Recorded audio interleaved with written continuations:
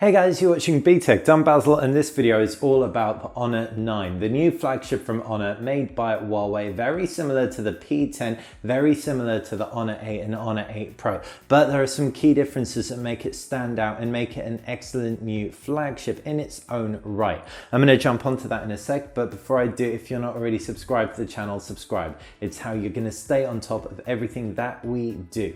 Right, back onto the Honor 9. I've had this for a full week now.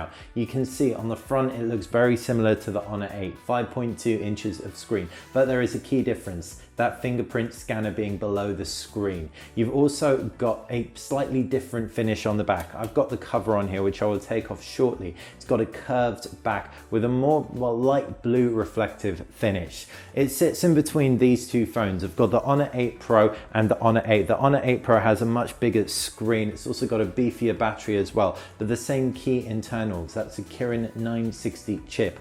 The Honor 8 has the same size screen, but very different internals. It's a last generation chip, less RAM and less storage. Now, there is something else that the Honor 8 Pro that doesn't have that the Honor 9 does, and that is a new improved camera module found in the Huawei P10, which this has, save for optical image stabilization.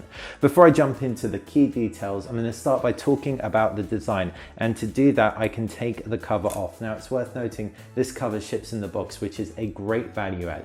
As you can see, it's a gorgeous reflective design. The curved back feels and looks very rich. On screen, 5.2 inches Full HD, or 5.15 inches to be precise. Fingerprint scanner with two capacitive buttons either side. Down at the base you've got a USB Type-C, 3.5mm jack and a loudspeaker. Left hand side you've just got the slot for a SIM card and a micro SD card. Up at the top, infrared blasters, so this is your TV remote control. Around the back you can see those dual cameras, 112, 120 megapixel sensor, one RGB, one monochrome. So it's the same setup as the Mate 9, the P10 and the P10 Plus, but unfortunately, unlike those devices, this has no image stabilization. Still, you've got laser autofocus, which performs excellently, and a dual flash as well. Honor insignia and buttons to the right hand side. There isn't a convenience key as found on the Honor 8 either, which is a shame for anyone who is a really massive Honor fan. Can pop it in the case, and I want to talk about the case because it's a good case, but it does scratch very easily. You might be able to see some of the scratches. Fortunately, it is just the case that scratches and not the device itself, and it is there to protect it, but you may well invest in another case a few months down the line. Right, so the design gets a massive thumbs up. Yes, there is a really heavy bezel up top and bottom. In fact, it's more bezel heavy than the Honor 8, but the reason for that is you've got a fingerprint scanner below the screen, so that justifies the bottom bezel. As for the top bezel, it's kind of nice and symmetrical. When you're gaming, I don't mind bezels too much, and also when you're typing, it's comfortable to have the keyboard slightly bumped up. So from an ergonomic point of view, it isn't a bad thing, but compared to the Galaxy S8 Plus, it just doesn't look as good. That said, the whole phone does look good thanks to that beautiful finish and the premium look and feel, metal frame, Gorilla Glass 3 front and back. The screen itself, full HD resolution. It's an improved panel over its predecessor. It's a fair bit warmer than the Honor 8. The Honor 8 had a very stark kind of blue to it. As you can see, I can ramp up the brightness right here, and side by side it's pretty much night and day. In fact, drop the brightness so it doesn't throw off the camera. So it's really good to see that Honor's addressed that. That was a major concern for a lot of people who had Honor 8 devices. You can also customize the display settings extensively within the UI, so you can change eye comfort mode, switch that on or off, which is a blue light filter, and you can also control the color temperature. Right, if I jump out of that, key usability, great viewing angles, decent punchy brightness. It's an IPS LCD display, so whites are actually really good, look on point, and like I said, that additional warmth by default is very welcome.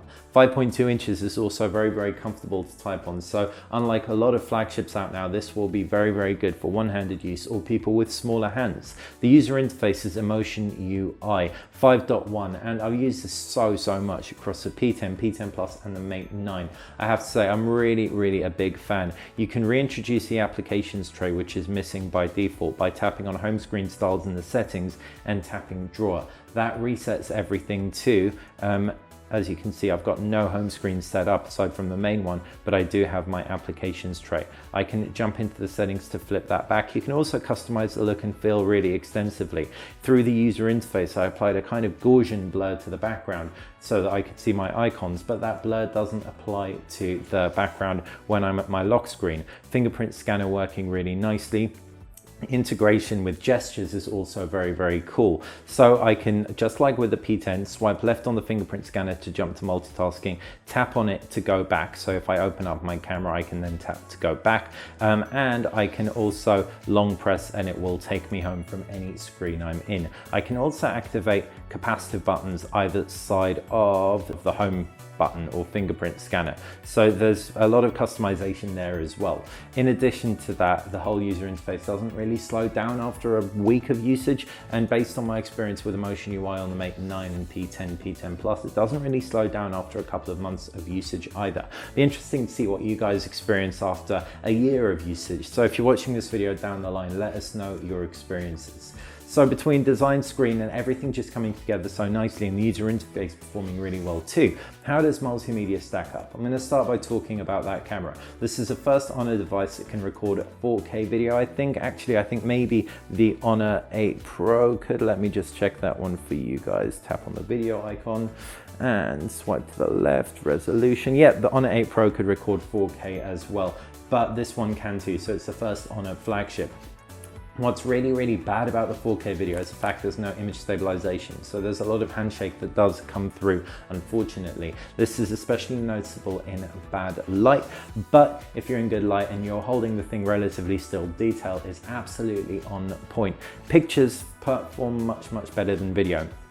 It's quite fair to say that this sits in quality between the P10 and the Honor 8 when it comes to video. It is worse than the P10, especially in low light. It doesn't get quite as sharp detail, but in good light, it still manages to perform really, really well. Very comparable to the P10. And plus you've got that beautiful blurred background, sharp foreground mode, which you can activate very, very easily. For anyone who's not used it before, it's activated by just tapping through on the aperture icon at the top. In addition, Honor loads up a ton of shooting modes, including some really fun ones. You've got 3D Creator so that you can actually make a mini-me of yourself and look absolutely ridiculous in the process. There's also 3D Panorama too. You can jump into the gallery and you can see 3D Creator at its best here. I've actually made a little video of myself monkeying around. So it's pretty sweet that you can just have a bit of fun with your phone out of the box without needing to install third-party applications.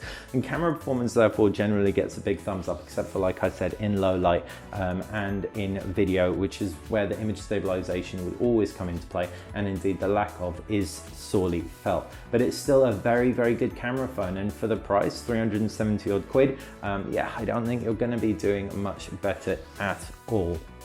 So the multimedia, aside from camera, is also very good. The screen looks great. Gaming on this thing is absolutely excellent. Thanks to the fact you've got a Kirin 960 with either 4 or 6 gigabytes of RAM, it really is a true flagship. If I tap through on Antutu, you can see the benchmark results.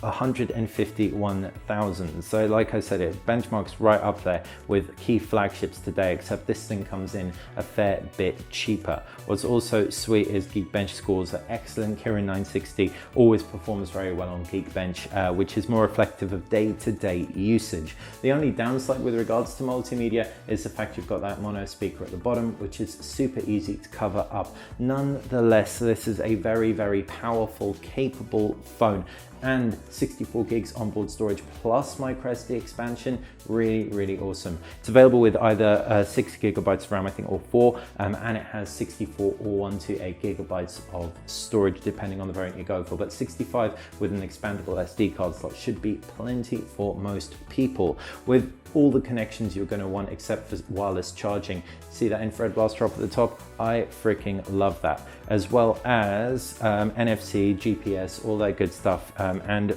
4G, super fast 4G. I think it actually goes up to Cat 6, so not the fastest, but probably the fastest that you'll need.